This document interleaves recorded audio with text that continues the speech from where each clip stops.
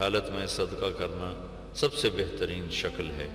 اور پھر اللہ کے نبی نے فرمایا دعو مرضاکم بالصدقہ، اپنے مریضوں کا علاج کرو صدقے کے ساتھ۔ پھر آپ نے فرمایا الصدقہ تو ترد البلا، صدقہ مصیبتوں کو ٹال دیتا ہے۔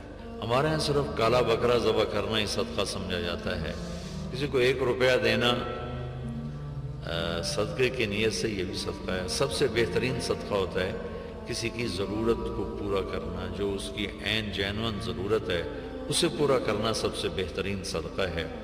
باقی گوشت کا صدقہ بھی ٹھیک ہے، لیکن سب سے بہترین صدقہ ہوتا ہے جو کسی کی ضرورت کو سامنے رکھ کر دیا جائے۔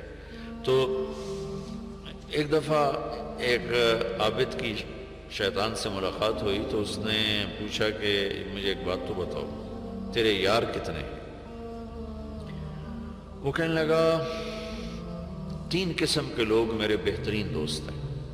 ایک جو شراب پیتا ہو میرا بہت پیارا دوست ہے، ایک جو غصے والا ہو وہ میرا بہت پیارا دوست ہے، اور ایک جو بخیل ہو، شوم ہو، کنجوس ہو، وہ میرا بہت پیارا دوست ہے۔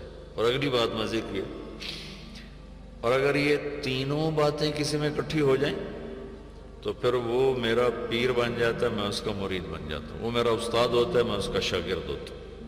وہ میرا استاد ہوتا ہے، میں اس کا شاگرد ہوتا ہوں۔ کہ اللہ نہ کرے کسی میں نشہ بھی ہو، غصہ بھی ہو، بخل بھی ہو، تو وہ شیطان کا بھی شیطان بن جاتا ہے۔ اور بخیل آدمی سے اللہ کی کبھی دوستی نہیں لگتی، اور سخی سے کبھی اللہ کی دوستی نہیں ٹوٹتی۔ اور اللہ کے نبی کا فرمان ہے کہ سب سے بڑا سخی اللہ ہے، اور اللہ کے بعد سب سے بڑا سخی میں ہوں۔ آپ نے جب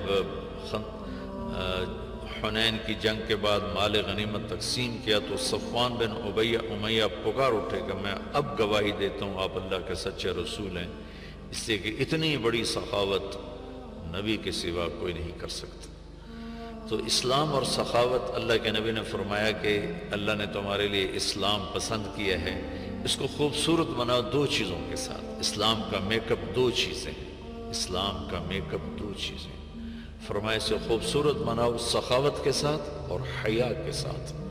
بے حیائی نے میرے معاشرے کو آگ لگا دی ہے، آج کا میڈیا بے حیائی پھیلا رہا ہے، ہماری نسل اس پہ چل پڑی ہے۔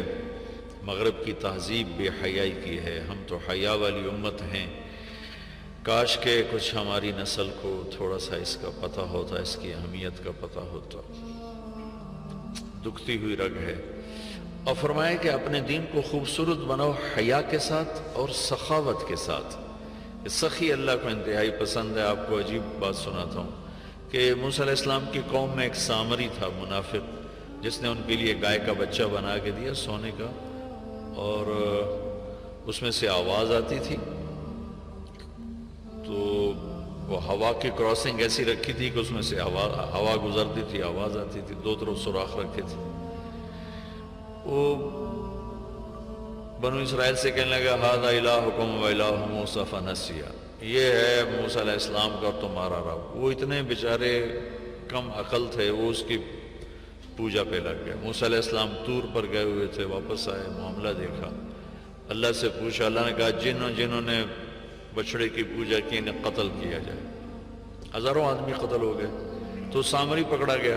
جب سامری کو قتل کرنے کا موسیٰ علیہ السلام نے حکم دیا تو اللہ نے کہا موسیٰ اسے چھوڑ دو۔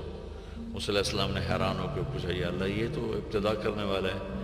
فرمایا یہ سخی ہے اور سخی کا قتل مجھے اچھا نہیں لگتا، اپنی موت آپ مر جائے گا، یعنی آگے دیکھ لیا جائے گا اس کے ساتھ جو ہوگا، یہاں مت چھوڑو۔ تو اس کے کفر کے باوجود اس کی سخاوت اس کو بچا گئی قتل سے، جہنم سے نہیں، دنیا کے قتل سے۔ مسلمان مرد و عورت اور سخی ہو تو اللہ تعالیٰ کی بارگاہ میں کتنا محبوب اور مقرب ہوگا۔ مال خرچ کرنے میں جو مزہ ہے وہ جمع کرنے میں مزہ نہیں ہے، دینے میں جو مزہ ہے وہ لینے میں نہیں ہے۔ تو غریبوں پہ خرچ کریں، اپنے نوکروں پر خرچ کریں، ملازمین پر خرچ کریں، گھر کی خادمات پر، بچیوں پر خرچ کریں۔ ایک آدمی کو پیسہ نہیں ہے تو میٹھے بول کی سخاوت کریں۔ گھر کی عورت میٹھے بول سے بچی کو بلائے، گھر کی عورت میٹھے بول سے اپنے خادم اپنی خادمہ کو بلائے، گھر کا مالک میٹھے بول سے اپنے نوکر کو بلائے، یہ بھی سخاوت۔ ابتسامک فی وجہ اخیک صدقہ، تیرے ہاتھ پلے کچھ نہیں ہے تو مسکرا کے مل لینا بھی تیرا صدقہ ہے۔ اللہ تعالیٰ کا انتہائی پسندیدہ عمل ہے اللہ کے نام پر خرچ کرنا۔ ایک دفعہ حاتم طائی سے کسی نے پوچھا اپنے سے بڑا سخی بھی دیکھا؟ کہنے لگا عرب کا ہر بدو مجھ سے بڑا سخی ہے، مجھے تو اللہ نے رزق دیا تو میری سخاوت مشہور ہو گئی۔ پھر ایک واقعہ سنا ہے کہ میں ایک سفر میں تھا تو ایک بدو کے یہاں مہمان ٹھہرا، تو عربوں میں سری کھانے کا بڑا رواج ہے اور سری کا مغز خاص طور پہ بہت شوق سے کھاتا۔ تو اس نے جب وہ مغز نکال کے کھایا تو اس کے منہ سے نکلا کہ واہ بھائی واہ، یہ مغز بڑا پیارا پکا ہوا ہے۔ تو وہ بدو اٹھا اور سریاں کاٹ کاٹ کے لاتا رہا اور بنا کے کھلاتا رہا۔ صبح اٹھ کے دیکھا تو 100 بکریاں اس نے ذبح کر کے کاٹ کے ان کے صرف سری پکا کے مغز حاتم کو کھلایا تھا، اور بھی مہمان تھے۔ تو حاتم کہنے لگا کہ تو نے یہ کیا کیا ہے؟ کہ تیرے پاس اور جائیداد ہے؟ کہ نہیں، بس یہی 100 بکری میری جائیداد تھی۔ تو کہنے لگا اب تیرا کیا بنے گا؟ کہ میرا جو بنے گا وہ اللہ جانتا ہے، لیکن مہمان کی خواہش کو پورا نہ کرنا تو بہت بڑی کنجوسی اور بخل ہے۔ تو حاتم کہنے لگا وہ مجھ سے بڑا سخی تھا، ساری جائیداد قربان کر دی۔ پھر حاتم نے 100 بکری کے بدلے میں اس کو 100 اونٹ دیے تحفے کے طور پر۔